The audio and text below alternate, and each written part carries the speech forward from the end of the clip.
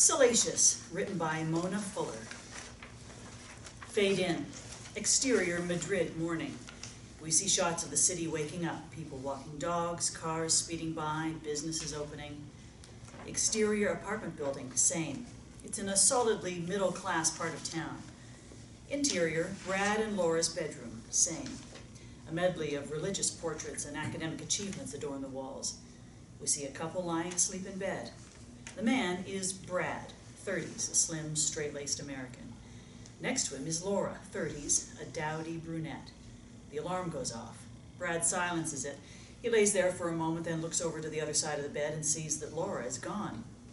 He finally gets up to begin his inveterate routine of preparing for the day, showering, shaving, brushing his teeth, dressing, and finally putting on his blazer, adjusting his tie, then exits. Interior kitchen, continuous. Laura is at the counter putting together lunches while David, 9, and Sylvie, 7, are having breakfast and chattering. Brad comes in and kisses the kids, then sidles up to Laura for a kiss, which she seems to ignore. Good morning. David! Stop annoying your sister. Eat your breakfast. We'll be leaving soon.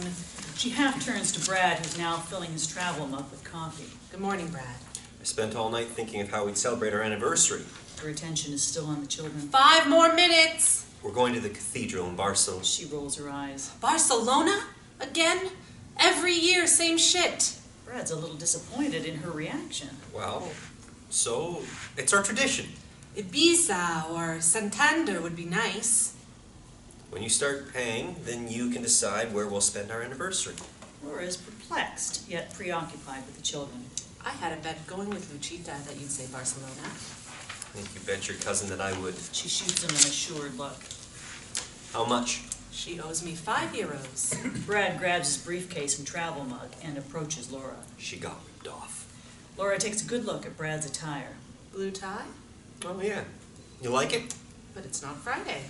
Well, a man's got to spice it up a little sometimes, you know? She laughs sarcastically. Oh, I know. He kisses her on the cheek. I'm off. He heads out the door.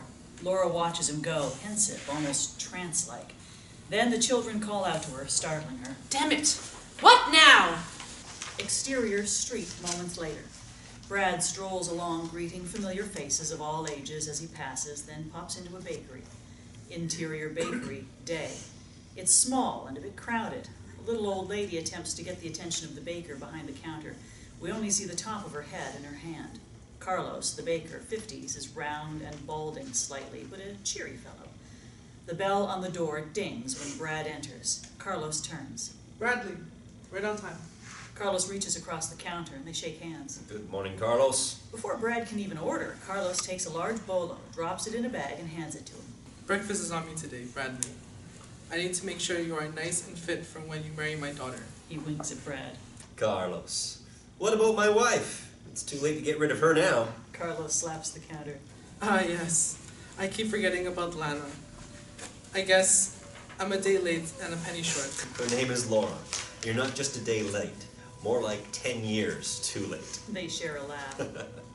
Yet still a penny short. It's $1 short. A day late and $1 short, Carlos. Carlos taps the temple of his head. I forget it's dollar, not penny. You've got to teach me more of those American expressions. Carlos is sincere for a brief moment as he ponders. The 10-year mark. It is about this time when your loyalty will be tested. What do you mean, Carlos? You've been loyal to your marriage for more than half your life. Carlos looks squarely at Brad. You be brave, my son. Temptation is a force to be reckoned with. You speak as if I'm going to war. My students can be a bit disagreeable at times, and my wife handles my children quite... Carlos leans in close. He's stern. I'm talking about temptation, seduction. You won't win the battle, Brad. You're much too weak. Just lose the war. Brad is prudish. He forces an awkward laugh. They shake hands again. Yeah, thanks for the roll. Carlos holds on to the handshake. Blue tie. Is it Friday already? Brad grins. No. Only Wednesday. You're a wild man, Bradley. More grinning from Brad. Adios. Adios, my boy. Brad exits. Carlos turns to the small old woman. Frida, I almost missed you. What can I get you, my darling? Exterior, interior, academy, day. Brad approaches, still eating the roll. He enters through the front door. Academy lobby continuous. There are students and teachers milling about and going off into classrooms. Brad greets some of them before entering his own classroom. Interior, Brad's classroom day. Brad's students, all ages, ranging from children to adults, are still filing in and taking their seats. Brad goes to his desk at the front of the room. Good morning. Good morning, Professor. Morning, Professor. Brad takes out his teaching materials. So, yesterday we began learning the future tense. A student, Javier, 40, raises his hand. Brad notices. Yes, Javier? Professor Brad, what does it mean, clothes but not cigars? Well, we're not covering idioms until much later in the semester, but... Alessandra raises her hand and cuts him off. What did he call us? She turns to her classmates. Did you say idiots? Brad is embarrassed, but also a little amused. Oh, no. Alessandra, idiom. It's a phrase that has a different meaning from what you are literally saying. He thinks a moment. El modissimo. The class seems to understand. The phrase is actually close, but no cigar. It means you almost made it, but not quite. Some of the students repeat the phrase. Close but no cigar. Right. Okay. Now, let's get back to future tense. He moves to the chalkboard and begins writing. Interior, Brad and Laura's apartment, day. Laura's doing chores hastily, taking clothes from the clothesline. She fills a laundry basket, then sets it down, pauses, and sighs. Something's bothering her. She checks the time and then picks up the phone, dialing. Interior, Luchita's bedroom, Bogota, Colombia, day. The room is dark and two figures are sleeping in the bed. After a quiet moment, a cell phone on the nightstand lights up as it rings. The first few rings rouse the sleeping couple, and eventually a hand reaches over and grabs the phone and holds it up to a sleepy face, squinting at the light.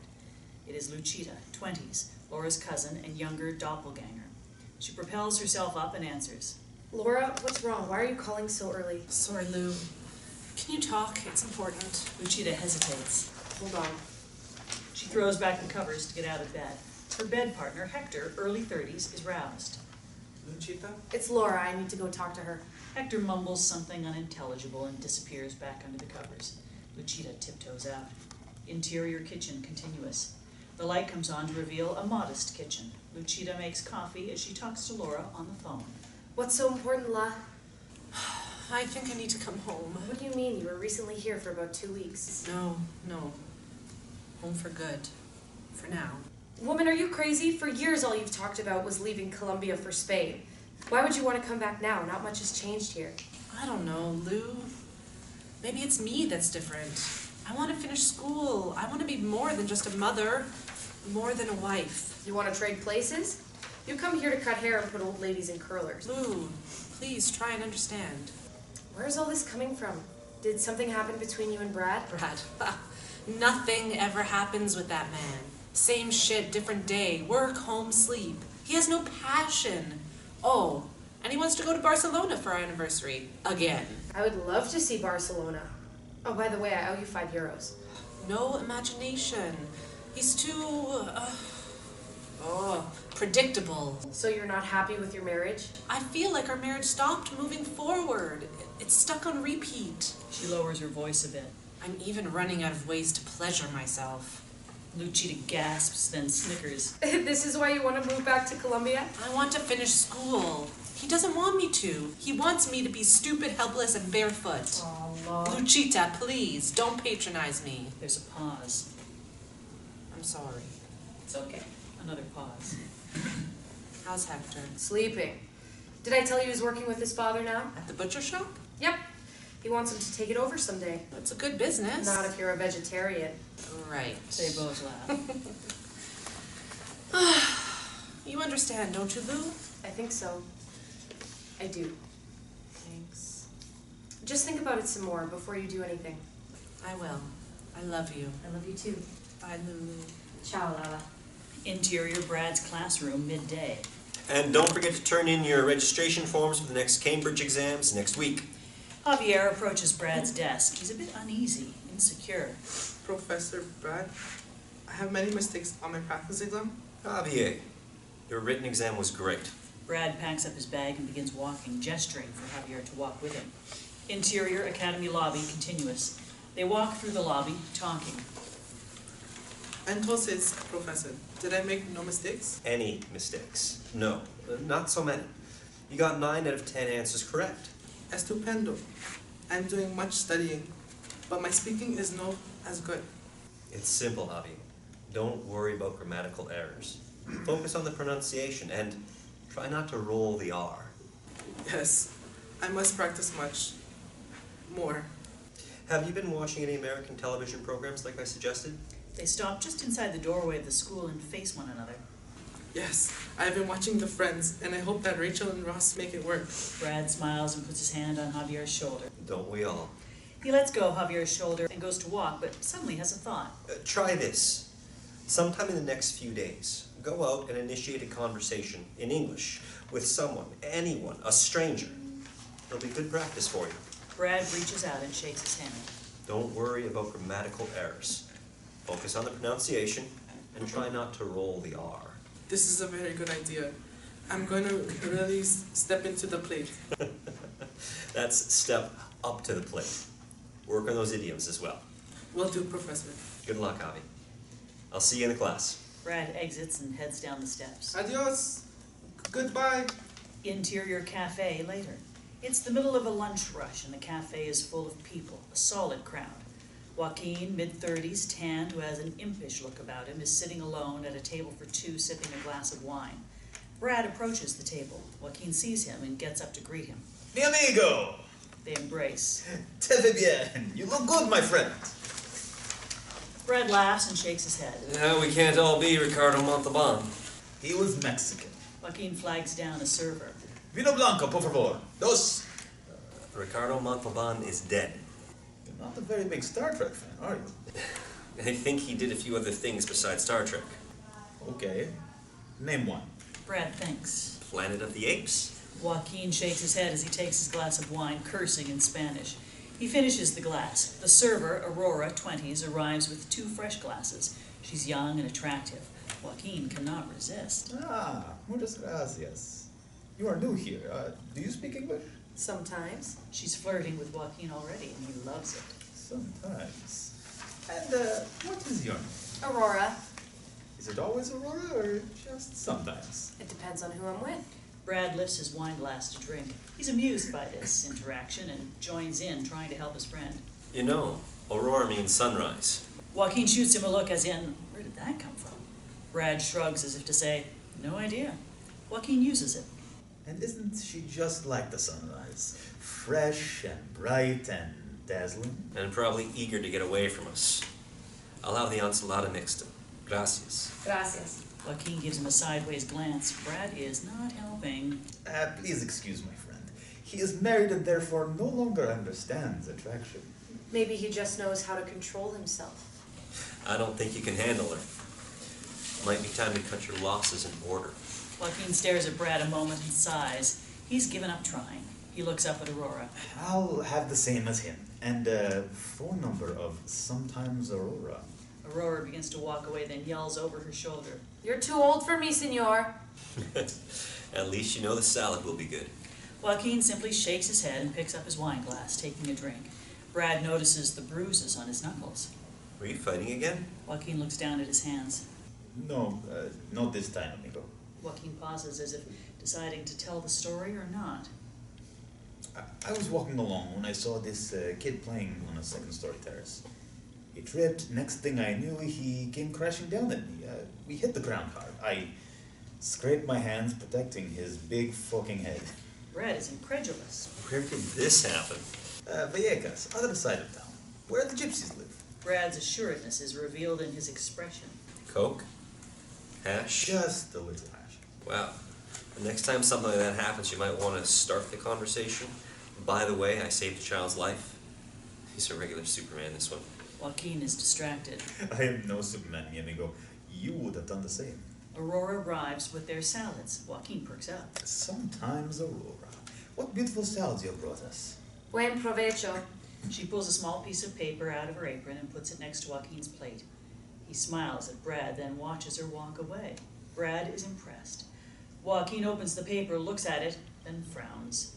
What is it? She wants to set me up with her mother.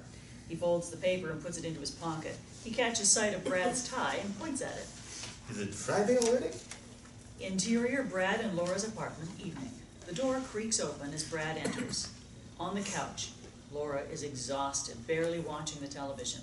Kids are on the floor playing as usual. The apartment is cramped, but tidy. Brad attempts to kiss Laura on the lips, but she turns her head. Then the kiss lands on her cheek. He's a bit puzzled, yet pays it no mind. And what delicious meal did Mom make us for dinner? Meat pockets. Laura doesn't look up. I made empanadas. There's a plate for you in the oven. Meat pockets.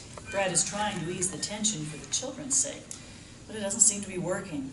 In the kitchen, Brad retrieves the plate, then pours himself a small glass of wine. He eats while standing. Delicious. You've outdone yourself, Laura. Laura is unmoved. Brad tries again. How was your day? Laura turns to the children. Go get ready for bed. I'll be there shortly to tuck you in. The kids collect their things and head to their room. Is everything okay, Laura? Laura's facial expression, are you kidding me? She gets up, goes into the kitchen, and pours herself a glass of wine. Okay? Okay? Ha! So that would be a no, then? Bradley, things haven't been okay for a long time. Is the apartment too small? Look, don't the kids like their school? I don't see what has changed. That's the point. Nothing has changed in years. You seem to like it that way. Everything is fine for you. You have your job and your students. You can just come home to your kids and your little wife who'll always be in the same place, cooking your meals and ironing your clothes. Meanwhile, I have nothing to do. Nothing? You have me, the kids. You have Madrid. I thought you loved Spain. I'm a woman, more than just a mother and a wife. Laura goes to the bookshelf and picks up a stack of papers and books. I want to go back to school. Brad realizes what this is about. We've talked about this before. You're going back to school when the kids are older. That's too long. I wait to go back to school and then I'm 45 and starting over again. No one will hire me. We can't afford for you to go back to school and to hire a nanny. We just can't. When we were married, you said someday we would move to the United States. When is someday? I've never been to the States. I've never been to your hometown. Let us all move to Montana. Massachusetts. I'm from Massachusetts. Well, I want to see it. Fine. We'll go to the States. In a few months, we might have enough money saved to buy tickets for us and the kids. Laura goes back into the living room. I'm not waiting for that. I'm going to Colombia. Colombia? You said you wanted to go to the U.S. Laura's tired of fighting. She sits down on the couch. I want to be with my family in Bogota. I need time. I need to be away. I hope you'll understand. Well, I don't understand. Who'll pick up the kids after school? They're coming with me. Brad is suddenly dejected. He sits down on the other end of the couch. Are you leaving me? For good? Laura takes his hand reassuringly. No. I need time away. I need time with my family. I need space. Brad absorbs this. When? Friday. So soon? They sit there in silence, Laura still holding Brad's hand. I'll miss you. I know. More silence. Interior, Brad and Laura's bedroom, night. The glow of the streetlights outside illuminates the room. Brad and Laura are making love, or attempting to. It's far from passionate, but Brad's making an effort. How's that? Good. Really? You can finish now. Are you close? I said you can finish. Brad rolls off of her without finishing. They lay there in awkward silence. It's best not to force it, yes? I agree. Silence. I really am going to miss you and the kids. Interior, Madrid Airport, day. Brad, Laura, and the children hurry through the crowded airport hauling suitcases. Brad's wearing his blue Friday tie again. What am I supposed to do while you're gone? Besides work, church, and football, you'll think of something. They reach the security line and stop for a moment. Brad kneels to talk to the children. He's really affectionate. He then stands and turns to Laura. Give me just a few weeks. Our marriage will be new again. He grips her waist firmly. This marriage is in shambles. We'll need more than a few weeks. She grips his face, then kisses him deeply. Brad begins to tear up. I love you, all of you. Your bag and some empanadas, Dad. Brad chuckles. Okay, thank you. Laura watches them. Her eyes water. You know, it's not too late to turn back. Brad, please. This is only for a little while. We just need time. Brad absorbs this and nods. They're both crying. Be a good girl, Sylvie. Interior bar, night. Brad and Joaquin are sitting at the bar, a divey joint, not quite full. A few regulars scattered about. They're drinking beer and watching a soccer match. My kids love soccer. Joaquin gives Brad a slightly fed up look. Are you going to cry again? I just want to be prepared this time. They just left. Today, give me a break. Think about it. Without your wife, you are sort of a bachelor now. A couple of men enter the bar. Joaquin knows them and stands up to greet them. They embrace and exchange some words in Spanish. Joaquin sits back down to enjoy the match. You know, you're an attractive man, though pale. You shouldn't waste this. Thanks. But if nothing else, I am still married. I'm not gay, but if I was, you would be a very lucky man, my friend. Brad rolls his eyes. Tell me, how many women have you been with? What do you mean? Today? This week? Sexually, in your entire life. Brad pretends to think about this. 2, maybe 3. 2? Or 2. Joaquin takes a drink. 2? That's not many at all. A man needs practice. Maybe this is why there is friction at home. Or no friction, as it is. Were, not was. You should get yourself a woman. A companion, just for a night. But do it soon, He chuckles to himself. before the rigor mortis sets in. He nudges to Brad to liven him up. Joaquin, I'm married. Exactly. Which is why you cannot meet a woman in public. It may come to bite you. So you go to a brothel. Brad laughs. Joaquin summons the bartender. 2 shots of brandy, please. I am not going to a brothel. If a car needs servicing, you take it to a mechanic, right? It's the same concept. The bartender pours them 2 shots. You can't get chlamydia from a mechanic. But not normally. Joaquin hands him the shot. We will take you to a mechanic, my friend. A clean one. They clink glasses. You know, brandy is not for taking shots. Speak for yourself. They down the shots, then watch a bit of the soccer match. So, how many women have you been with? It is impossible to know, but speaking of women, I must leave you now. Joaquin finishes his beer, then gets up and flings his jacket on. What? I thought we were watching the match. It will be a tie. It's always a tie. Where are you going anyway? I have a date with a fine lady by the name of Sophia. She is the mother of the lovely Aurora. Joaquin motions to the bartender for 2 more shots. You called that waitress's mother? Would you like me to cancel? No. You run along and have fun. Add another name to your list of too many to count. Maybe the lovely Aurora will be there to join in on the fun. You watch too much porn. The bartender serves them the shots. Thank you, Roman. He lowers his voice. Also, do you have any... You already know. You owe me 30 euros. I'm good for it. You know I am. When have I not paid you? Last time. Joaquin sighs and takes a money clip from his pocket and pulls out a few euro notes. There. And please, take care of my friend here. Ramon begrudgingly hands over a little packet of drugs, which Joaquin stuffs into his pocket. Where'd you get all that cash? Joaquin picks up the shots and hands one to Brad. It's probably better that you don't know. They clink glasses and drink. Brad grimaces. Never drink this stuff. Joaquin grabs Brad's shoulders in a sort of hug. I must go, my friend. Enjoy the brothel. Adios, Ramon. Joaquin leaves. Brad shouts over his shoulder after him. I'm not going to any brothel. Brad looks around, embarrassed, then turns back to the soccer game. After a few moments, he summons the bartender. Can I get another? Exterior, Madrid street, night. Inebriated, Brad wanders aimlessly until he stumbles upon a brothel. Interior brothel, continuous.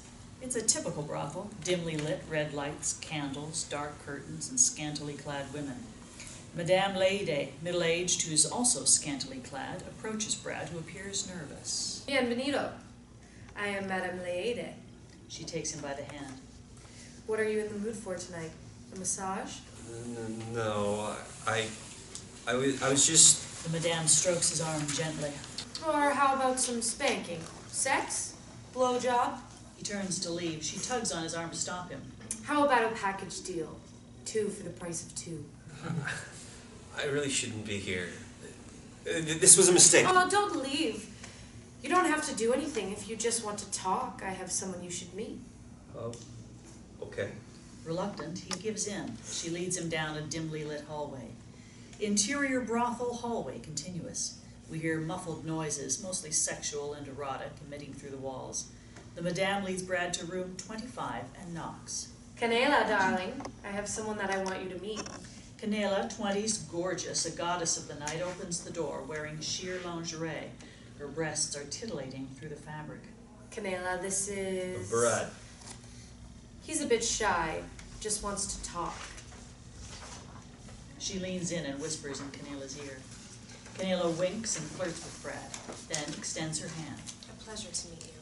It's a pleasure too. It's mine. It's my pleasure. Canela smirks and takes Brad's hand, leading him inside. The madame smiles and walks back to her post to greet another guest. Interior room 25, continuous. The room is quaint yet romantically alluring. Canela motions for Brad to get onto the bed. Please, get comfortable. Her voice is low and breathy. Brad wants to avoid the bed. He finds a chaise on the other side of the room and sits on it stiffly. I'll just sit here. Are you afraid of me? He avoids this question. How old are you? Depends, Brad. Canela slyly drops pills into one of the flutes. He doesn't notice. She passes it to him. You don't have to tell me what you really want, or why you're even here. He takes the champagne flute, refusing to look at her, gazing at the floor instead. I don't think you'd understand even if I tried. It'll come out eventually. He thinks for a moment. Canela, what's your real name? Canela is my real name. That means cinnamon in English. Smart man. Take a sip. It will help ease your nervousness. I better not. I've already drank quite a bit. I insist. They both take a sip. Brad drinks his all in one go. It's tasty, but dry. It's Kappa. I've told you twice now to get on the bed. Why do you not listen? I'm not that comfortable. Canela takes his left hand and fingers his wedding ring before placing his hand over her breast. Do you want to taste me? No. Unbothered by his impulsive no, Canela takes a sip from her glass as if a man's hand is not cupping her breast. Brad is both distraught and excited. Still, he looks away. How long have you been married? 518 weeks. I'm not sure how long that is. Too many numbers. They both chuckle. Almost 10 years. She takes his other hand and places it on her other breast, then moves in closer. His breath is on her face. So, what are you doing here? She left me. And took the kids. He looks at her, astonished. How do you know I have children? Ignoring his quirkiness, she kisses his neck. Taking in the aroma of his cologne, she undoes a few buttons. Men like you are predictable. Easy to read. Men like me? Expatriates. She slowly removes Brad's tie, the blue one, takes his head in her hands, kissing him deeply. His hands move to her back as he is consumed by the kiss. Then he pauses. How many men have been inside of you? Tonight. None of your fucking business. Tell me, when was the last time you made love to her? While he thinks about it, her hands glide down to his pants, undoes his belt. She plants her face in his crotch. Wait, please, Canela. He's too weak to stop her. She's giving him fellatio. He's enjoying it with shame and guilt. Interior Bogota airport day. Laura's mother, Helena, 60s, stands at the arrivals gate with flowers and gifts. She watches the doors anxiously. After a moment, Laura, David, and Sylvie emerge, dragging luggage. When the kids see Helena, they run to her excitedly. The following scene is in Spanish. Abuela. Helena embraces them warmly and hands them the gifts. Hi, Mom. Helena walks to Laura and gives her a big motherly hug. Oh, my darling, it's so wonderful to see you. Helena's voice drops as she almost whispers in Laura's ear. But it's not too late to go back. They let go. Laura grimaces at her mother. Helena hands Laura the flowers. These are for you. Thanks, Mom. Is Dad with you? He's in the car, says that airports give him heartburn. Is this all of your luggage? Laura fishes in her purse for her cell phone. Yes. I just need to call Brad and tell him that we've made it all right. Tell him to come and get his crazy wife and bring her back to Spain. I just need a second, Mom. Laura steps aside and dials the phone. Interior room 25, same. Canela is all over Brad when his phone rings. He fishes it out of his pocket. Canela grabs it and tosses it away before he can answer. Brad is initially alarmed, but the combination of desire and booze makes it hard for him to take the gravity of the situation seriously. Hey, that was my wife. You're occupied, you can't talk now. This is terrible. Trying to keep his attention, Canela kisses him again, long and deep. Finally, she's able to lead him onto the bed. Interior, Bogota Airport, same. Laura lets the phone ring and eventually gets Brad's voicemail. Well, we made it. Call me if you want to. Bye. She puts her phone back in her purse and picks up the luggage. Let's go. They all gather the luggage and head towards the doors. Interior, room 25, same. Canela is straddling Brad. His eyes are sealed shut. Dream, Brad and Laura. Interior, Brad and Laura's bedroom, night. Brad's in the same position but on his bed at home, except now it's Laura who's straddling him. A look of pure ecstasy is on his face. Back to interior, room 25, same. The sex between Brad and Canela is intense. Flashback. Interior, chapel, day. A younger Brad and Laura stand before a preacher presiding over their nuptial ceremony. Interior, hospital, delivery room, day. Younger Brad pushes Laura, who's very pregnant and going into labor, in a wheelchair. Interior, Madrid Airport, day. Brad watches Laura and the children pass through the boarding gates. The children are waving goodbye to him. Back to interior, room 25, night. After some time of being serviced, Brad's eyes shoot open. He gazes up at Canela for the first time and is taken by her beauty. She kisses him again. I have to go. Gathers himself and stumbles out of the room. Interior, Brad and Laura's bedroom, midday. The telephone is ringing. Brad is lying face down, fully clothed. The ringing continues. He slowly wakes up, disoriented, reaches for the nightstand, finds his cell phone, and brings it to his ear. Hello? The ringing continues. Brad realizes it's the landline and crawls to the other side to get it, dangling off the edge of the bed. Hello? Brad promptly falls to the floor. Fuck. Exterior, Laura's parents' house, morning. Laura is in her pajamas. It's still early there. She has her cell phone to her ear. Hello? Brad? Brad's sitting up on the floor with his back against the bed. He's clearly hungover. Laura! Hi. How was the flight? Where have you been? I called when we landed and nothing. I was out with Joaquin. Guess I didn't hear the phone and then, we were drinking. You know me, I don't drink that much. The kids are fine in case you're interested. My mother is doting on them. Must be really nice there this time of year. It's Colombia. It's what I remember. Well, predictability is underrated. Laura smiles at this. I suppose it is. So the kids are good? Yes, I just said it. Are you all right? Brad is staring at his hand. His wedding ring is not there. He looks around, frantic. Yeah, I'm fine. Just a little, like I said, I don't drink much. Joaquin had me up pretty late. Sounds like you two are a couple of bachelors, huh? Brad is secretly searching feverishly for the ring, trying his best not to alert Laura. He's checking the nightstand, the covers, and the bed. Of course not. Just a couple of guys hanging out and watching soccer matches. He checks the bathroom, nothing. Comes out, pacing through the apartment, freaking out, but does his best not to let on. Who won? It was a tie. Look, I should go though. I'm Brad needs an excuse. meeting Joaquin for brunch. You guys are seeing a lot of each other. You know us. I know Joaquin. Be careful. Don't let him give you drugs or take you to a brothel or something. Brad laughs nervously. A whorehouse. That's just ridiculous. Still, be careful. I will. Wait, when are you coming home? Brad stops his search, intent on an answer. What do you mean? How long are you going to stay in Colombia? I don't know. This strikes Brad hard. He sits down on the edge of the bed. Am I really so awful that you had to flee the country to get away? A long pause on the line. I love you.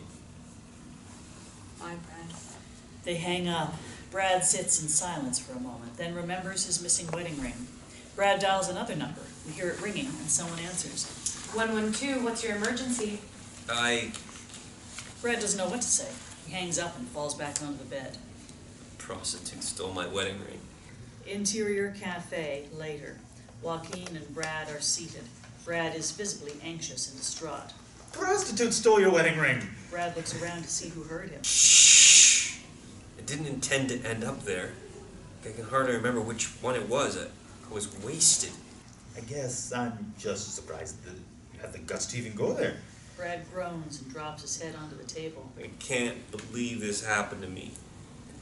I did this. He leans in closer for secrecy. All I remember is going to a bar on Montera Street for one last beer. He looks over his shoulders again. I had 3. 3! After that, I wandered the streets until I stumbled upon this whorehouse. Brad buries his head in his hands. Relax. We're no longer altar boys. We're all grown up now. He pats Brad on the head. Aren't you glad you took my advice? Advice? You put ideas in my head about brothels, and then you got me drunk. This is your fault. You'll thank me later. Brad is scratching himself. Did she give you the crabs? What? No, my skin is dry. I must have gone through 5 bottles of soap trying to get clean. You know, Montera Street is pretty dangerous. You could have been mugged. My wedding ring was taken. Not by force. Those women in the brothels are enticing, but you can't trust any of them. All I could do was watch. Paralyzed, helpless. She sucked the life out of me. Did she give you any drugs? Pills? I don't think so. Aurora approaches the table with 2 coffees and serves them. Joaquin takes a break from their conversation to flirt with her. Brad's flashback in the brothel. Brad is nude on top of Canela. Her legs are wrapped tightly around his waist. He's thrusting inside of her up and down as she moans with pleasure. Their fingers interlock. Brad is possessed, fixed on his stroke. He doesn't resist as she wriggles the ring from his finger. Back to interior cafe, present. Miss Aurora, how are you? I'm fine, Joaquin. Your Yankee friend doesn't look so good. He ate at another restaurant. It was a bad mistake. Diarrhea. Serves him right. Aurora smiles at them both as she leaves. Joaquin watches her. She is just as beautiful as her mother. Sounds like your night was much better than mine. It was quite wonderful. Sophie and I have a lot in common. Is that right? So, what will you do about the ring? You could just buy a new one. It's too expensive, though. The purchase could show up on the credit card bill. Short on ideas, he shrugs. You'll have to go back and find this broad. Canela. This sounds spicy. I can't go back in there. That'd be humiliating. I could go alone, but you're the only one of us who knows what she looks like. Brad loathes those words. Listen, I'll help you get your ring back, and Nora'll never know you fucked a prostitute. Joaquin, He please. looks around in embarrassment. Joaquin is tickled at Brad's prudishness. Fine. Let's do it. Tonight? Yes, let's get it over with. Interior Laura's parents' house, day. A modest, brightly colored home occupied by live-in relatives in an unruly way. The feeling is upbeat. In the kitchen, Laura and Luchita are preparing the table for dinner. Luchita sets out the plates while Laura follows with the silverware. I almost forgot what it's like to prepare meals for this family. Your mother does a good job of keeping everyone fed. If my mother was going up against a firing squad, she'd make them all lunch first. Luchita laughs. Oh, how I've missed you, laugh. I missed you too. It's nice to be back, if only for a little while. How long are you going to be here this time? Not long. I don't know, maybe long?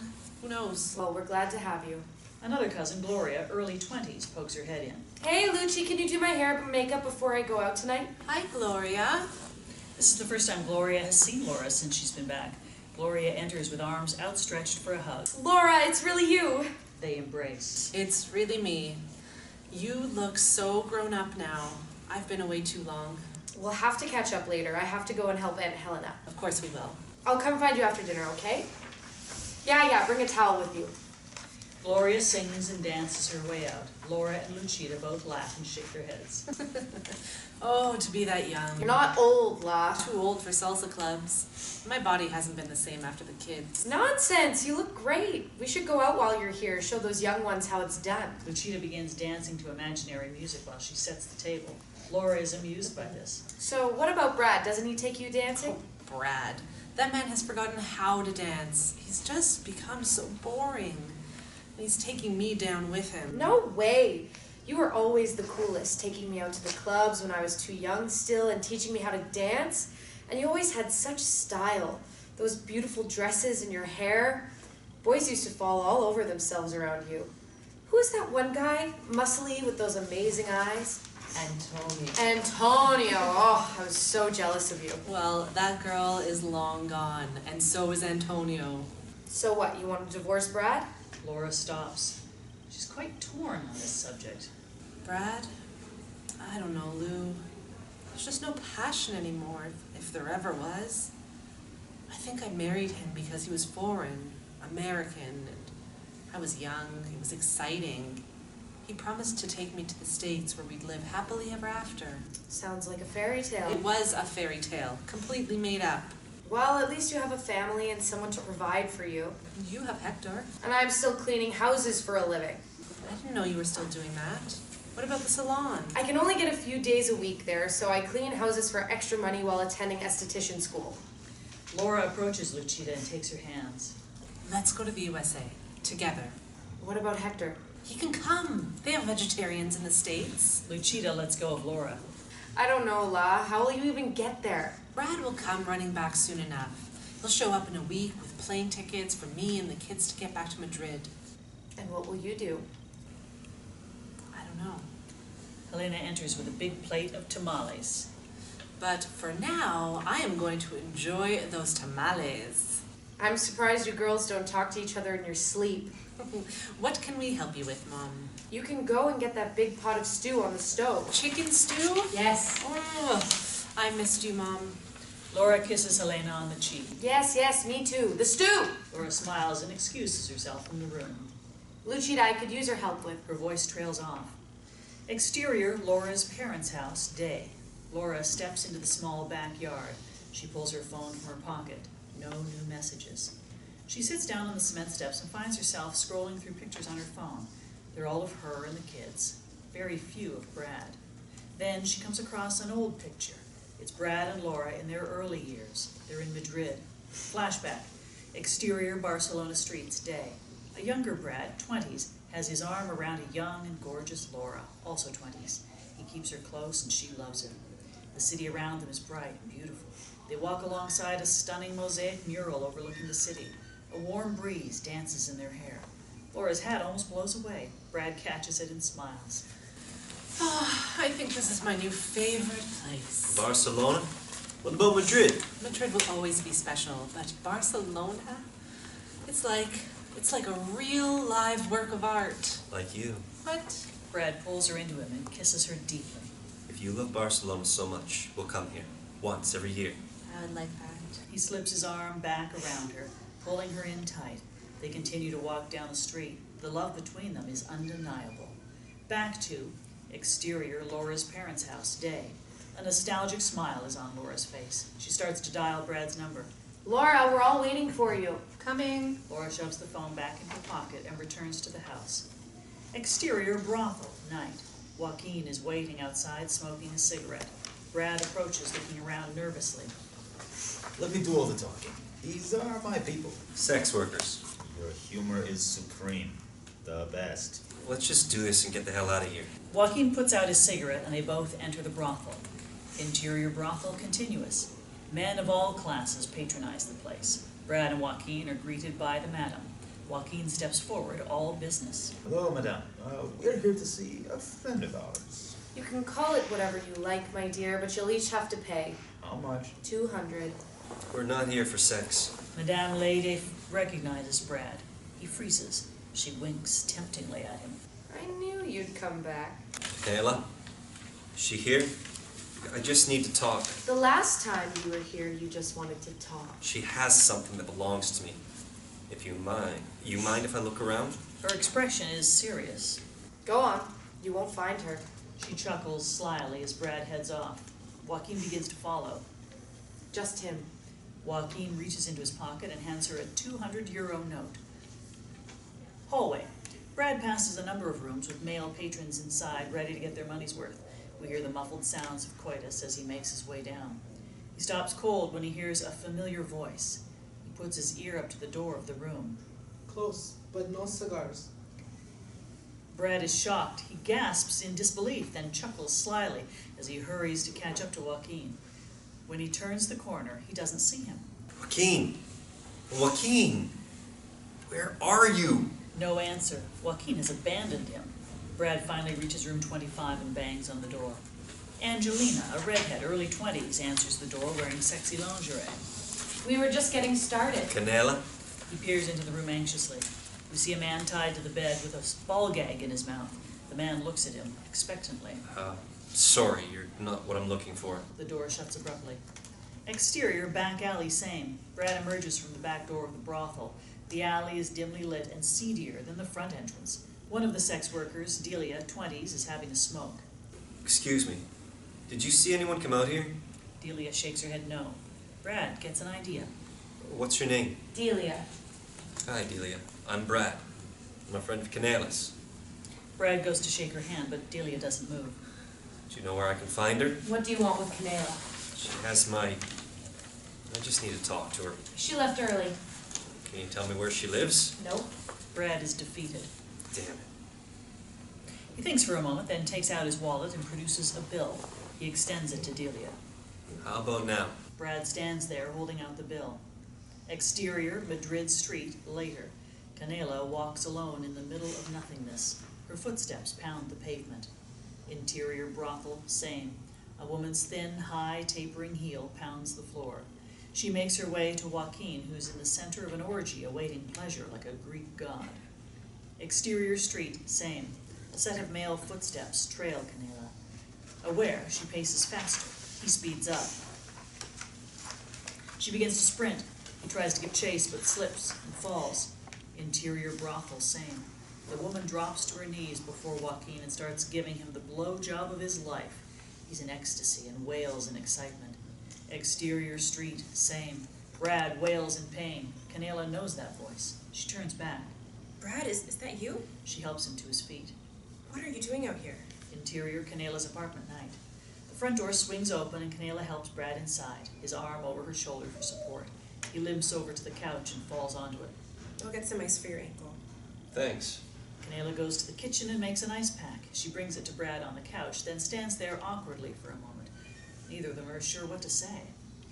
Wine? Sure. Canela goes back to the kitchen to get the wine. Brad looks around the apartment. It's a modest place, yet impeccably decorated, showing a lot of style. Bookshelves line the walls. There are small pieces of various artwork scattered about. It's the home of an intellectual. Canela comes back into the living room with the wine. Nice place you've got here. Thank you. He examines the glass she hands him. Is this drugged too? She is appalled. I wouldn't ruin the flavor of such a nice view, huh? Good year. Not too bad. Where's my wedding ring? Canela leans against the door frame, separating the living room from the kitchen. How did you find me? Paid one of your co-workers. Which one? Delia. Canela laughs. She's not surprised. Delia. Some people will do anything for money. What an odd thing for someone like you to say. I understand that you're angry. I suppose I would be as well. Just give me my ring back. I didn't want to do it, you know. Take my ring? Drug you. The madame gives us these pills and encourages us to. It helps a lot of the men relax. And it allows the girls Steal? to make a few extra dollars. But more importantly, keep some of the men from becoming a little too excited. You mean aggressive? Yeah, that too. She thinks for a moment.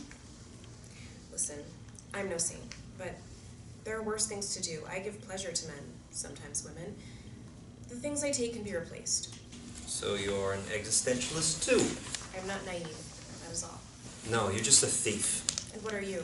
An adulterer? Brad becomes suddenly irate. Just give me my fucking ring! Canela is startled, but remains composed and silent. After a moment, she sets down her glass and turns to leave Brad there on the couch by himself, seething and confused. He looks around, not sure what he should do. Should he leave? After a few moments, she comes back into the room wearing nothing but a kimono. She picks up her wine glass. I'm going to have a bath. You can let yourself out. Canela leaves to take her bath. Brad spends a moment on the couch contemplating what to do next. He pulls out his phone. Nothing new from Laura. The last text she sent him was weeks ago. It reads, "Okay." Many of the other texts are written in that same short tone. Interior bathroom, continuous. Canela enters, sets down her glass, then leans down to start the bath water. When she straightens up, Brad is standing in the doorway. I thought you might need some help. Canela looks at Brad, then turns away. I thought I told you to leave. Brad steps in closer so that he's right behind Canela. His hands move to her shoulders as he helps remove her robe. He takes in her figure, moving his hands across her shoulders tentatively. Her body reacts, reveling in his touch. She pulls away and gets into the bath. Brad pulls off his shirt and undoes his pants, removing those as well. He slips into the bath behind Canela. Hope you don't mind if I join you. Canela smiles. Isn't it a little late to ask? I can help you wash. Brad picks up a sponge and a bar of soap and begins washing Canela. You have a lot of books on those shelves. I like to read. Sartre, I enjoy philosophy, literature too. Cervantes, Borges, Hemingway. You seem to have studied my shelves pretty well. I like books. Me too. How did you... Become a prostitute. Yes. I was a student. I fell in love with this man. He was a bit older than me. I was sure it was something that would last. I suppose that's what young people think, like they invented it, being in love. And no one can tell them that it's just not the real thing, that it's just infatuation. Anyway, we were supposed to be married, but a few weeks before he called it off. He said he didn't want to be with me, to be tied down. I was penniless, just a poor student. This friend from school told me she could help me. She was always so well dressed, seemed to have it all together. So I went with her to the brothel and met Madame Leide. I had no misgivings about it, not morally. I enjoyed it actually. am good at it. And not just the sex. Anyone could do sex. Animals do it. There's an art to making people feel like they're special. Like me? Canela smiles at Brad. I liked being in control. That was something that was lacking at the time. Her smile becomes a seductive glare.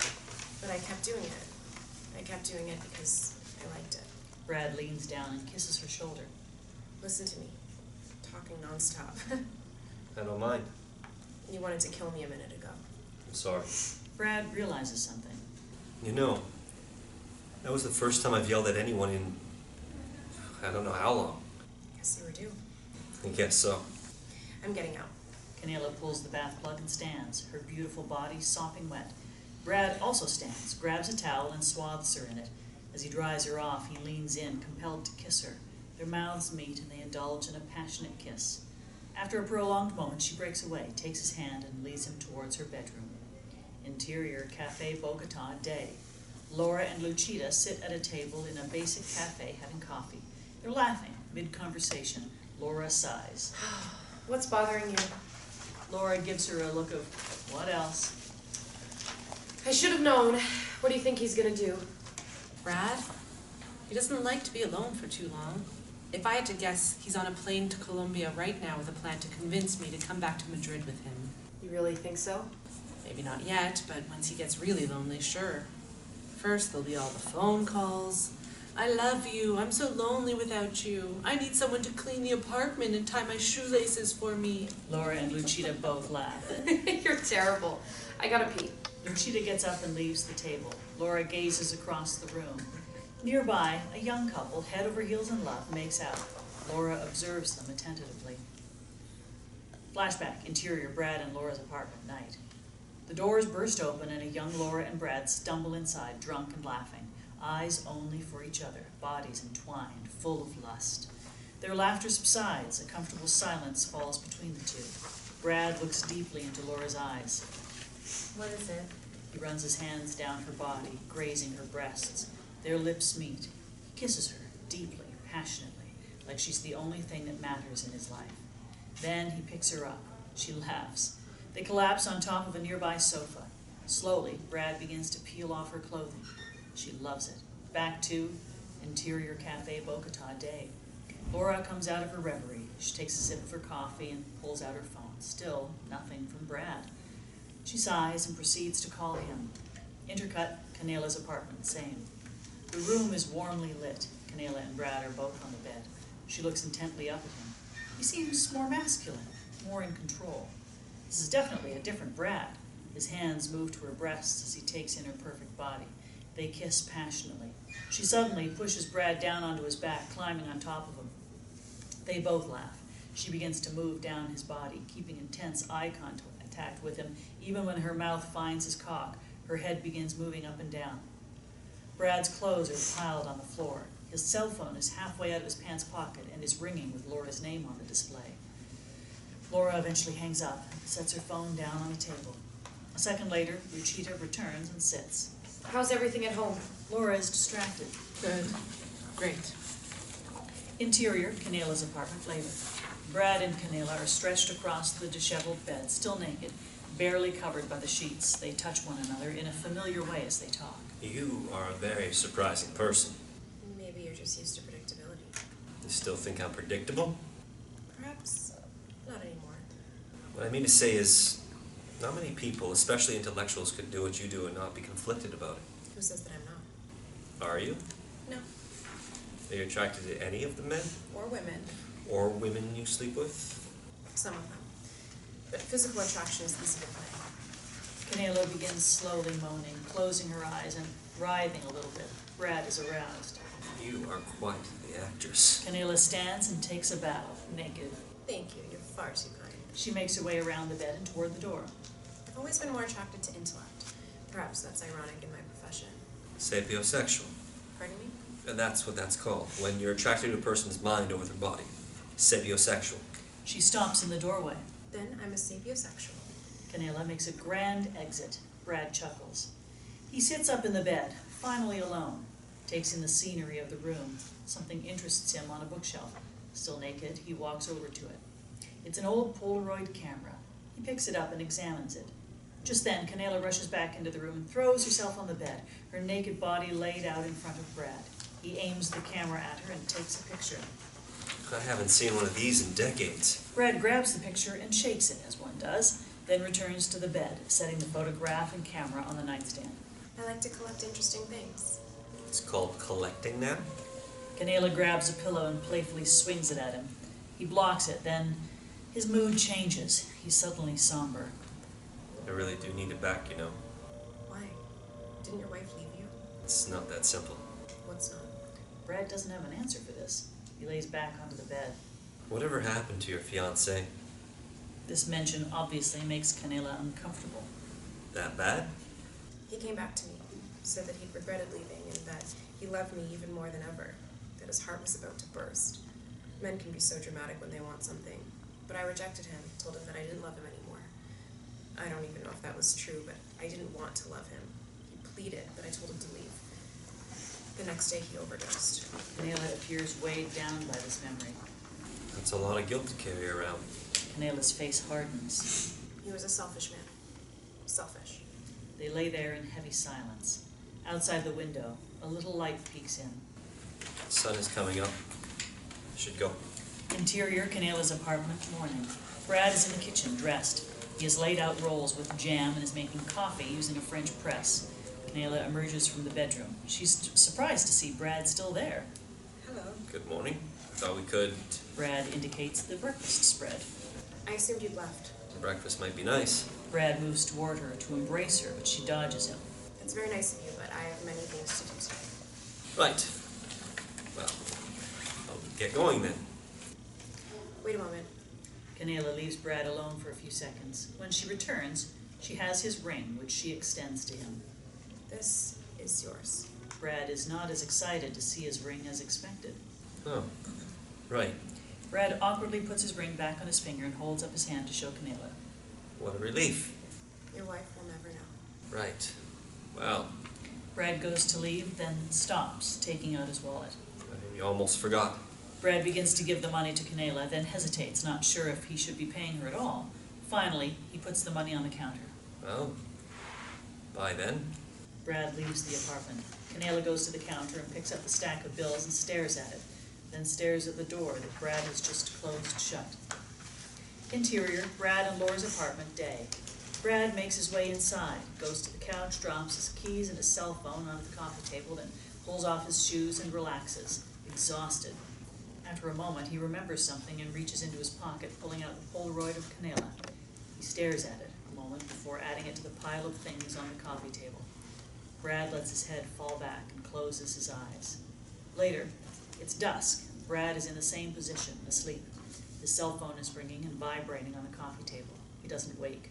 Eventually, the ringing stops. A second later, the apartment phone begins to ring. Brad is startled awake. This time, he quickly answers it. Hello? Interior, Laura's parents' house, day. Laura sits on the couch with her knees pulled up to her chest when Brad finally answers the phone. Where have you been? Oh, hi, Laura. What are you doing? Why didn't you answer your phone? I've been calling. Brad picks up his cell phone and sees 5 missed calls from Laura. I'm sorry. I was tutoring. I have a new student who wants some extra help. Why does it sound like you just woke up?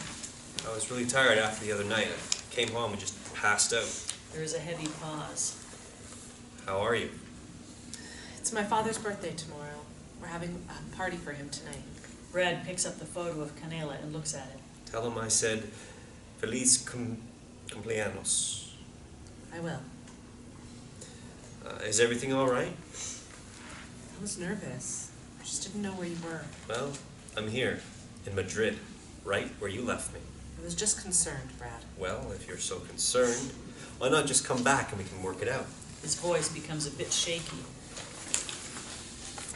Do you know how many tutorials I had to watch just to prepare dinner for myself? Aw, Brad. I could buy the plane tickets tonight. Laura thinks for a second and then changes her tone. I'm not going to argue about this again, Brad. I'm not ready to return. Fine. Fine. I'm going to go then. Have fun with your new student. Bye. Bye. Laura hangs up, angrier than before. Brad reacts in frustration. Brad picks up the picture again and stares at it. He smiles to himself. Exterior, interior, academy, day. Brad bounds up the steps, his bolo roll in his mouth. In the classroom, he sets down his bag and takes off his jacket. Good morning. Sorry I'm a little late. Morning, Professor. Brad takes out his textbook and sits on the edge of the desk. All right. So today we're going to start on the future perfect. Alessandra raises her hand. Yes, Alessandro. What is it meaning to screw the pooch? Brad laughs. Well, that means to really screw something up, to fail tremendously. Gustavo, 14, raises his hand. Gustavo, What does the whole 9 years mean? the whole 9 yards. That's from football, American football, and it means everything. All of it, the whole way. Brad puts his textbook down. Look, do you guys just want to work on idioms today? What about the perfect futures? Future perfect can wait. Who's got an idiom? Exterior bank, day. Canela steps outside clutching a receipt, visibly annoyed. She makes a call on her cell phone. Listen, you cheapskate. It's time to pay the piper. What'd you call me? If the money's not in my account this afternoon, your wife will get a phone call along with some photographic evidence. All right, Dolan. Please. Interior, Brad's classroom, day. Alicia, 20, raises her hand. Alicia, Hit a sack? hit the sack. Great. Brad gets up and goes to the chalkboard. Hit the sack. Brad turns back to the class. That simply means to go to sleep. I have no clue why. Maybe something to do with potatoes. Class laughs. Anybody else? Javier raises his hand. Javi, what do you got? Let a cat out of a bag. A good one. Brad begins writing on the board. Class carries on. Exterior street, later that afternoon. Brad is walking by himself. He's obviously just finished teaching. There's a spring in his step and looks almost happy. Interior bookstore, same time. Canela enters the store and smiles at the male clerk, late 20s, very handsome. They speak in Spanish. Good afternoon. Hello. Canela browses the shelves and finds herself in the erotic fantasies section. She peruses the titles intently. As she gets further into the section, the clerk appears next to her. Oh, hello, I didn't see you there. This is one of my favorites. The clerk reaches over and picks up one of the books and hands it to Canela. They share a knowing smile. Exterior street, continuous. Brad continues down the street and passes the bookstore. He spies Canela through the window and stops short. Surprised and excited, he hesitates only a moment before barging inside. Interior bookstore, continuous. Canela and the clerk turn to the door as Brad enters. Brad stands there, unsure of what to do. The clerk and Canela are standing quite close in a very flirty stance. Jealousy rises up in Brad, and he moves toward them. Hello, darling. Just picking up some light reading? Ah, you know one another? Quite well. We're engaged to be married. Brad attempts to kiss Canela and is rebuffed. Odd. That I did not see a ring. The clerk goes back to his post at the counter. You should at least be wearing an engagement ring. What are you doing here? I was walking by and I saw you. It seems fate, don't you think? Canela takes the books to the counter. Brad follows. We happen to live in the same city. It was bound to happen. 10 euros. Canela reaches into her bag, but Brad stops her. No, allow me. Canela glares at him, embarrassed. Please leave, now. Brad looks like a scolded child. Fine. Brad kisses her on the head, then shoots the clerk a look before leaving. Your fiance is a little high-strung. He's not my... You're right. Canela passes him a 10-euro note. There are rope burns on her wrists. Has he been giving you trouble? Canela looks down at her wrists. Flashback brothel the previous night. A rope is looped tightly around a hand. The rope is a leash attached to a dog collar around a man's neck. His identity is concealed. Nude, he participates willingly and enjoys being paraded around like an animal. Witnessing guests hurl insults at him. A paddle comes down hard on his rear end. Canela is pulling the leash. End of flashback. Canela smiles to herself. No, but thanks for asking. I just have a very demanding job. Canela picks up the book and walks out of the store. As she exits, a young boy, Juan, 12, followed by his uncle, enters. The man speaks in a foreign language, German. I am looking for erotica. The clerk doesn't understand. Excuse me? Tell him for me. My uncle would like a book of erotic fantasies. The clerk looks confused at first, but then shows them to the correct section. Right over there. They get a comic book, right? Of course, my boy. Well done. Juan gleefully hurries to the comic book section. Exterior street continuous. Outside the bookstore, Brad is waiting anxiously. Canela exits and he approaches her from behind. She continues to walk as he follows. What was that? What an asshole. I know, that guy was all over you. No, you, Brad. What? Who was saving you from that creep? You're the one acting like a creep, my fiance? Was that supposed to be funny? Oh, right. Next time I'll just say, this is the broad that stole my wedding ring. Fuck you. Too late. Canela stops and glares at him. What do you want? Coffee? Canela scoffs and keeps walking. Come on, there's a cafe just down the street. Brad suddenly becomes vulnerable. I've been thinking about you. Canela stops, her back still to Brad. Fine. One coffee. Maybe a biscotti? Don't push your luck. Exterior Laura's parents' house day. The family is gathered around a long table with birthday decorations hanging above it. Laura comes out of the house with a big bowl and makes her way to the other end of the table. She's looking more relaxed. The following dialogue is in Spanish. Don't worry, I've got the salad. A few of the family members groan and wave her away. This is not the most popular dish and she knows it. Laura sets the bowl down near Luchita and takes the empty seat next to her. Luchita takes the salad and begins dishing it out to the family members around her.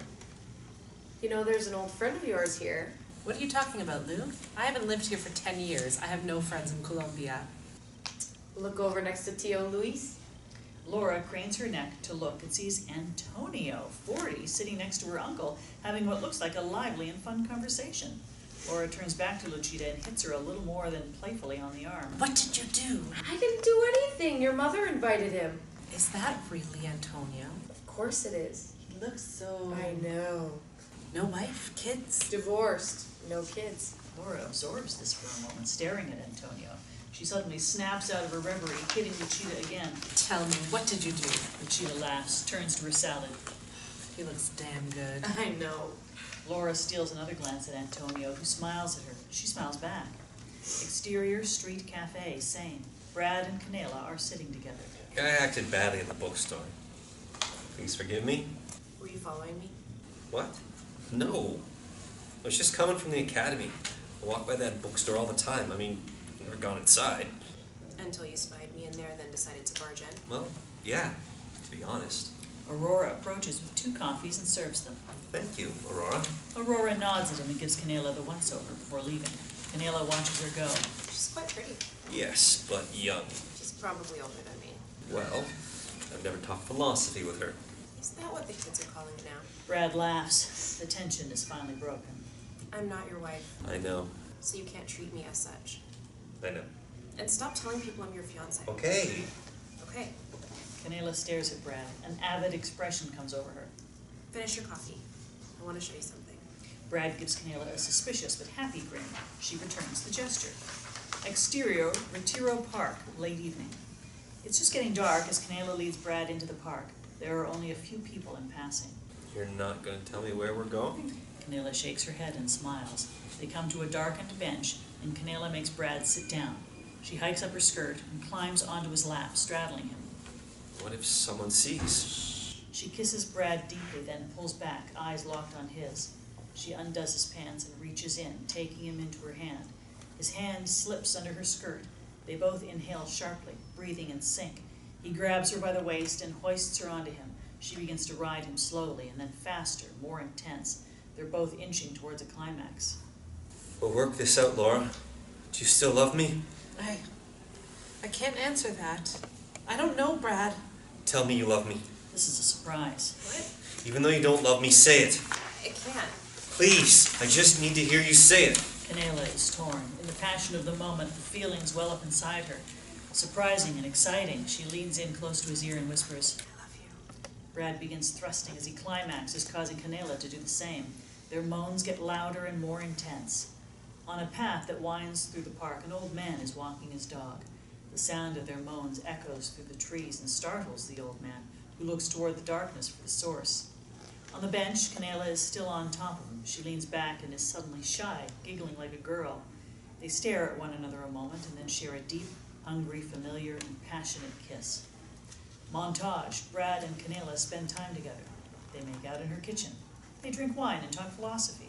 Brad ignores Laura's phone call. They walk through an art museum together. They shop at an outdoor market. They have sex on the balcony of Brad's apartment. Laura calls during. They have sex in Brad's bed. Brad ignores Laura's phone call. Exterior academy day.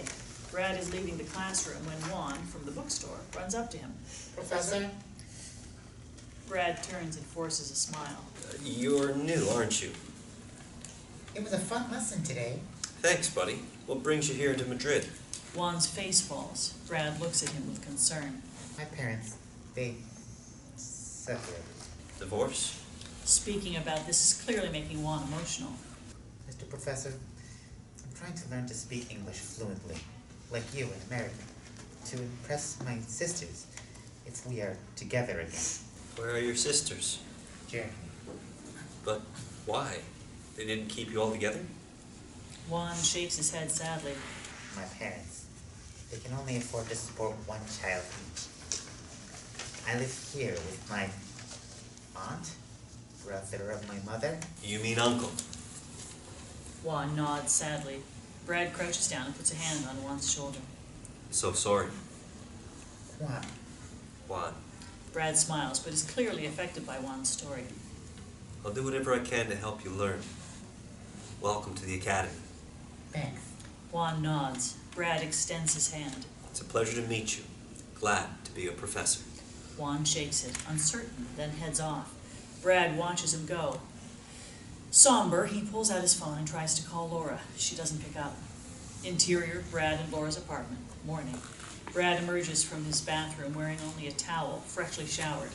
He sees his phone vibrating on the dresser. It's Laura. He can't avoid her calls any longer. Canela is asleep on the bed, so he leaves the room. Hello? Interior, Laura's parents' house, night. What the hell, Brad? What's wrong? What's wrong? Really? I haven't heard from you in a week, and I get what's wrong. Calm down. Why are you whispering? Is she there with you? What? Who? The girl you're fucking. The student, right? The one you're tutoring? What is she, like 20? Disgusting. Laura, that's ridiculous. I wouldn't. I love you. Save the bullshit. I don't want to hear it. Canela awakens unexpectedly. Brad, you didn't shower without me, did you?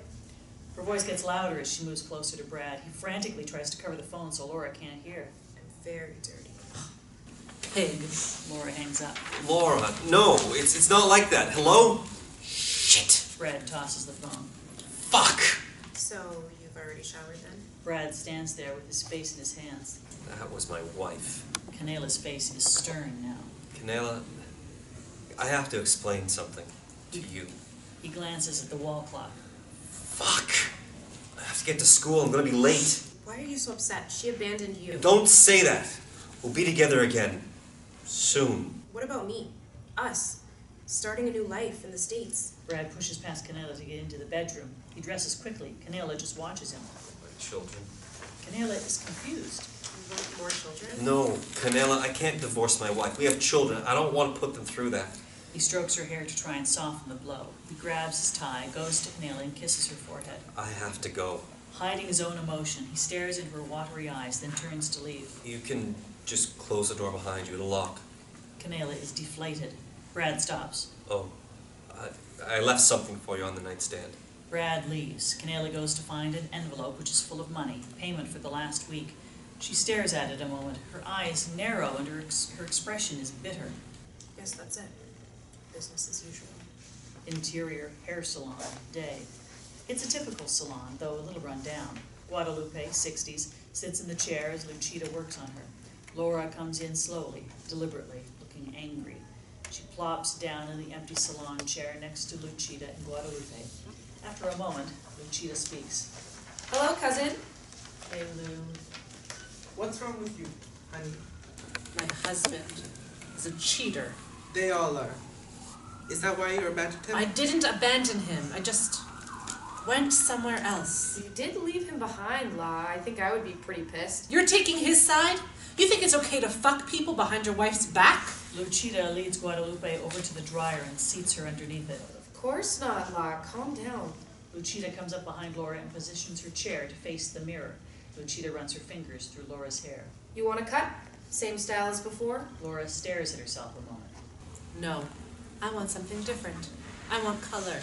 I want to turn heads like I used to when I was 25. You want to look better than the girl he's fucking. Exactly. Let's see what I can do. Luchita drapes the smock around Laura and starts working. All I wanted was for Brad to realize how serious I was about starting over in Massachusetts. Do you still love him? Laura's eyes moisten. Of course. But I'm terribly bored with him. I sometimes wonder if I'd feel more passion with somebody else. And if you did, would you divorce him? I don't know. A divorce and a custody battle would destroy all that we've built together. The children especially. Luchita is sympathetic. Don't give up, Laura. You have a husband who loves you and provides. He can take you places. Laura thinks deeply. The words sink in. Many of us never leave the barrio. I suppose you're right. Interior Academy day. Brad sets down his bag and removes his jacket. He places his half-eaten bolo on his desk. He's not his usual enthusiastic self today. Morning. Good morning, Professor. Brad takes out his textbook. Today we're going to continue with the future tense. Exterior, Plaza Santa Ana, Madrid, night. Brad and Joaquin make their way across the plaza towards the Mi Madrid Reina Victoria Hotel. They're dressed for a night out. Joaquin is his usual self, though perhaps a little more alert thanks to some chemical help. Brad is anxious and distracted. So, you answered a call from your wife while your prostitute mistress was sleeping in the next room? I'm not as smart as I claim to be. No one can call you boring anymore. Who calls me boring? Sounds like you have a real problem on your hands. Brad has his cell phone out. You know, it makes sense why Laura isn't picking up. I'd actually be kind of surprised if she did. Canela hasn't answered me since yesterday. My friend, don't worry about your women for tonight. Joaquin throws his arm over Brad's shoulder as Brad mumbles to himself. How I have no flute, nor a whistle. You are about to meet the lovely Sophia. They continue to talk and walk across the plaza and out of sight. Interior rooftop bar night. Brad is sitting next to Sophia, 40s, gorgeous, an older version of Aurora.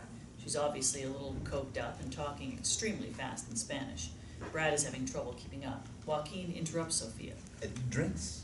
Sophia leans over and kisses Joaquin lustfully. Yes, baby. Order me something strong and delicious like you. Sophia picks up her clutch. I need to powder my nose. Sophia winks at Brad and gets up to leave. Well, she is... She smirks. I know, like a gentle angel. Brad gives Joaquin a look. A server approaches. Some drinks, please. 2 vodkas with tonic. For you? Do you have a cava? Something dry? Good idea. Bring a bottle. The server takes the order and leaves. Relax, my friend. You're gonna have fun tonight. We can see from Brad's expression that he does not feel the same way. Interior, ladies' room, continuous. Along the mirror, women are making general touch-ups to themselves. Sophia emerges from a stall and goes to the mirror to check her nose, dusting cocaine residue away, then decides that her lipstick could use a coat. She opens her purse to take out the tube and accidentally drops it. A woman walking by picks it up and hands it to her. Gracias.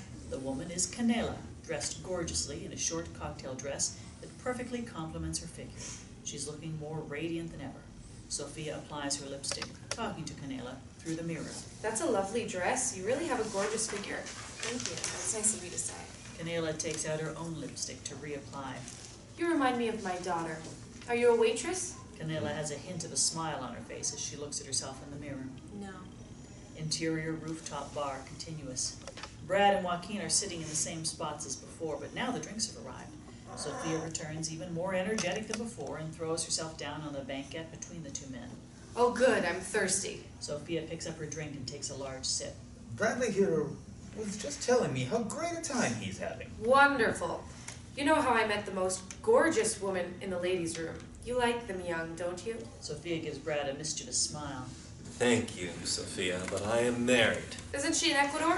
Colombia. I hear they have good cocaine there. Sophia spots Canela and points. Oh, there she is. Brad and Joaquin both look to see Canela with a well-dressed, wealthy gentleman, 50s. She's obviously working for the evening. Brad stares in disbelief. Then his expression turns angry. Excuse me. Brad puts down his drink deliberately and springs out of his seat. He heads towards Canela and the gentleman. Oh shit. Joaquin gets up and follows Brad, only reaching him when he reaches Canela, who's standing facing the bar. Brad grabs her arm and turns her around. Where the hell have you been? Canela tries to pull away, but Brad's grip is strong. She glares at him. Don't embarrass me. Go away. I've been calling you, texting. You disappeared, now you show up here with who the fuck is this? The gentleman confronts Brad, who lets go of Canela. Who the fuck are you? I suggest you walk away, sir. Brad takes Canela's arm again. Let's go. We can talk about this somewhere else. Canela pulls away. I'm working. I will not tell you again. People are beginning to stare. Joaquin tries to diffuse the tension, talking to no one in particular. He's usually a very nice guy. Yeah, I forgot. It's just work. No, you didn't. You made it clear what our relationship was. Strictly business. You're a whore. A whore that you're about to be killed over. What's that supposed to mean? The gentleman suddenly lunges at Brad. He shoves him hard. Brad falls back into the crowd. Joaquin lunges at the gentleman and punches him with the skill of someone who's been in a lot of bar fights. The bouncers approach and Joaquin puts his hands up in surrender. One of the bouncers picks up Brad off the floor and he and Joaquin are led out of the bar. Sophia, let's go, baby. Sophia pushes through the crowd and follows them. Right before they're pushed out the door, Brad turns back to Canela and the two lock eyes. His eyes are still angry. Hers are sad and resigned. Exterior, Plaza Santa Ana, Madrid, continuous. Brad and Joaquin are forced out the front door and onto the dark plaza with Sophia in tow. You crazy Spaniards! Sorry, baby, I had to defend my friend, even though he started the shit. Brad is putting himself together. I need to call my wife. Brad starts to walk away. You're welcome, asshole. Brad waves a thank you as he starts to dial Laura. It was nice to meet you, Sophia. Sorry for ruining your night. Don't worry about it. There will be other times. You take care. The phone begins to ring as Brad walks along. Laura does not pick up. Interior, dress shop, Bogota, day. Laura's in the dressing room trying on some form-fitting and complementing dresses. She later goes to the register and pays. Exterior, interior, fruit market, continuous. Laura is walking along with bags from the dress shop. She comes to a fruit market. Antonio notices her from afar and approaches from behind. The following conversation is in Spanish. The papaya is good this time of year. Laura turns and looks at Antonio over his shoulder. I thought you hated papaya. Not true. I ate it whenever your mother served it. So that she would like you, huh? She loved me. Still does. That's probably true. Laura moves further into the market, examining and selecting different fruits. Did you just agree with me? What has happened to you, Laura? I have become more agreeable in my old age. Old. You haven't aged a day since I last saw you. I've aged 10 years. And with 2 kids, it feels more like 30. Laura gives her selections to the vendor, who weighs them. You know, I cannot help but feel our meeting today is... Don't say fate. fortuitous. Where'd you get that one from? Laura pays the vendor. She walks out to the street, and Antonio is right behind. I've got one of these calendars, teaches you a new word every day. They come in handy. Antonio stops her on the sidewalk. Come dancing with me tonight. I can't. My children. You have about 300 family members who can watch your children for you. Come, Laura. You have always loved salsa. Laura is intrigued, but hesitant. All right, but I'm bringing my cousin along. Good, my brother will need a dance partner. Paolo? Isn't he the president by now? No, just a lawyer. So am I, actually. Antonio pulls out his business card and hands it to Laura. Impressive. Your mother must be very proud. I'm going to go now before you change your mind. My cell number is on there. Text me. Sure. Antonio walks away. Laura is giddy with the newfound attention she's receiving. She realizes that her phone is vibrating in her bag and pulls it out to see that the call is from Brad. She ignores it, then begins dialing as she walks. Hey Lou, I hope you have a nice dress to wear. Interior salsa club, Bogota night. It's a typical salsa club. Motion lights, loud music, and a dance floor full of people. In the middle of it all, Laura and Luchita are dancing with Antonio and Paolo, who is the spitting image of Antonio. Laura and Antonio are close and dancing quite seductively. There's a mutual attraction. They're both very good dancers. The music lulls and they all leave the floor and head back to a high-top table where their drinks sit. They're all a little sweaty and out of breath. Laura grabs her half-full glass and finishes it. Antonio whispers something in her ear. She nods. Antonio begins to leave, and she follows, squeezing Luchita's arm as she goes. Exterior salsa club, continuous. We can hear the muffled sound of music from inside. The street is calm and well lit. Antonio and Laura exit the club with an eruption of sound that is quickly muffled again when the doors close. Laura leans against the wall, letting herself cool off. Antonio offers her a cigarette, which she takes. He lights hers, then his. You're a bad influence. You're not a teenager anymore. You can make your own decisions. I'm a mother and a wife. I don't make my own decisions. I make other people's. Poor Laura. How can I make it better? Antonio moves very close to Laura, his face not far from hers. She gets a little shy. Antonio, I'm married. Then where is your husband? A beautiful woman like you should not be neglected. He's not. Antonio cuts Laura off with a kiss, which she immediately accepts, throwing down her cigarette and grabbing his head, arms around his neck, really getting into it. Antonio breaks away. Come with me. Laura resists, But Luchita. She'll be fine. and then lets Antonio lead her away. Oh, hold on. Let me text her. Interior salsa club, same. Luchita and Paolo are at the table talking. Luchita picks up her phone and reads the text from Laura. I guess we won't be seeing them again tonight. I suppose we'll have to make our own fun then. Paolo begins to move closer to Luchita, who pushes him away. That's not happening. Luchita laughs. Get me another drink. Interior Antonio's apartment later. Laura and Antonio are in bed, making out heavily. Laura's dress is off. Antonio unhooks her bra. She moves down his body and takes his cock in her mouth. After a minute, Antonio stops her, pulling her face up towards his. They kiss passionately. Do you have a condom? Antonio smiles. No, but we won't need one. You won't get pregnant. What do you mean? Turn around. Bend over. Trust me, you'll like it. Laura is shocked. She sits up. You want to fuck me in the ass? Don't be a prude. Give in to me. Laura lets out a huge laugh. Insulted. Disgusted. She gets up and starts getting dressed. Where are you going? I thought I could do this, but I'm leaving. Antonio sits there, disappointed, let down. You're not even going to finish? Antonio gestures toward his erection. Go finish yourself. Laura grabs her purse and leaves. Exterior street continuous. The sun is beginning to rise in the background as Laura walks. She pulls out her cell phone and begins dialing. Interior, Brad and Laura's apartment, day. Brad is laying on the couch looking miserable. He's not shaved or showered, and the place is quite messy. His cell phone rings. Brad suddenly sits upright and answers it anxiously. Hello, Laura? Hi, Brad. How are you? Where are you? Brad, I think it's time to be honest about things. Brad closes his eyes as if she's about to end it for good. Please, Laura, don't. We were unhappy. We are unhappy. At this point, we've both said and done a lot of things to upset one another. I don't want to put our children through a divorce. I've seen what it can do to a child. Laura is fixed on getting her words out. Let's call it even. Let the past be the past. We only have the future to look forward to. He lets out a huge sigh of relief. We're going to the United States, all of us together as a family. I will finish school there and we will make a life. A new one, okay? Brad perks up. He's all ears. That sounds fantastic. There's nothing I would like more. I've seen what life is like without you. And it frightened me. I love you. I love you too, Brad. Laura hangs up. She continues walking. The sun continues to rise behind her.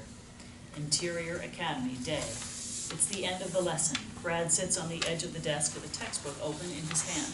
Does anyone have any questions about the future tense? No questions. Brad closes the book. Well, that's it then. My last class with you guys. There are general ahs and other sad reactions from the class. All right. I just want to say thanks for making this such a great and memorable class. I'm positive that you'll all do well in your Cambridge exams. Great job, guys. Thanks. The class begins to pack up. They all say some kind of goodbye or thank you to Brad on the way out. Javier hangs back.